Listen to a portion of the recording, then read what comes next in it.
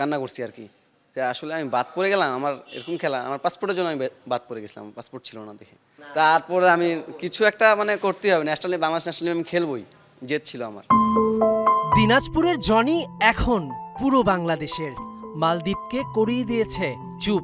ঘরের মাঠে চলতি বছর প্রথম জয় পায় বাংলাদেশ, আর এক গোলেই রাতারাতি জনিকে এনে দেয় খ্যাতি। মালদ্বীপের বিপক্ষে যখন 1-0 গোলে বাংলাদেশ পিছিয়ে ছিল, তখন মালদ্বীপের 4 ডিফেন্ডারকে ডস দিয়ে ওই গোলটা করা কি কাজ করেছিল তখন মাথায়? ইনস্ট্যান্ট আমি মাথায় কেস করছি যে আমি ফার্স্ট আমি দেখছি, বাট দেখি যে মেন, সো দেন কাট করে আমি শুট করছি। মানে এই ধরনের অ্যাটেম্প কি তুমি বয়স ভিত্তিকেও নিয়ে সাফল্য পেয়েছিলে কিনা, সেটা এক্সিকিউশন আমরা ন্যাশনাল টিমে দেখতে পেলাম কিনা?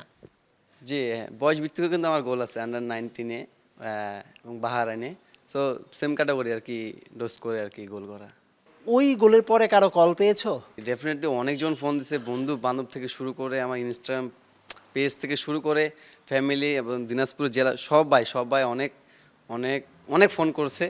তো সবাই বলছে যে অনেক অসাধারণ গোল, আসলে এরকম গোল কিন্তু আসলে বাংলাদেশের মাঠে দেখে নাই। তো সবাই আমাকে কংগ্রাচুলেশন জানাচ্ছে যে সামনে আরও এগিয়ে যাওয়ার। ওরকম একটা গোল করার পরে টিমের যে বড় ভাইরা ছিল ড্রেসিং রুমে, তারা কি বলেছে? হ্যাঁ, গোল করার সময় তো রাকিব ভাই অলরেডি আমাকে বলছে যে তুই গোল পাবি, কারণ তুই আমাদের যে চেঞ্জিংয়ে খেলছিস সেই খেলাটাই ফার্স্ট হাফে খেল, তুই গোল পাবি। এবং তবু দাদা সোহেল ভাই সবাই আমাকে আর কি ইনক্রেজ করছে যে না, পারবি তুই। মা বাবার সাথে কথা হয়েছে গোলের পরে? তারা কি খেলাটা দেখেছেন? কি বলেছেন আম্মা বা আব্বা? মা বাবা সবসময় বলে যে বাবা একটা গোল করতে হবে, বাবা একটা গোল করতে হবে, দেশে কেউ গোল পাচ্ছে না, গোলে আমরা আর কি ভুগতেছি। তো বাবা মা ভাইয়া সবসময় বলতো যে একটা গোল কর তুই, তোর পায়ে একটা গোল দেখতে চাই। রাতে ম্যাচ জয়ের পরই নেত্রকোনার বাস ধরেছেন আরেক গোলদাতা পাপন সিং।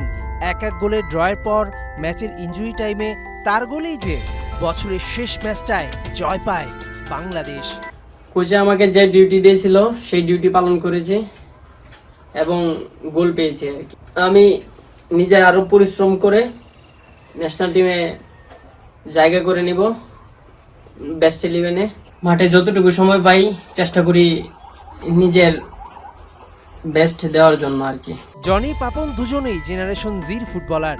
নতুন বাংলাদেশে ফুটবলেও নেতৃত্ব দিচ্ছে অকুতভয় তরুণরা।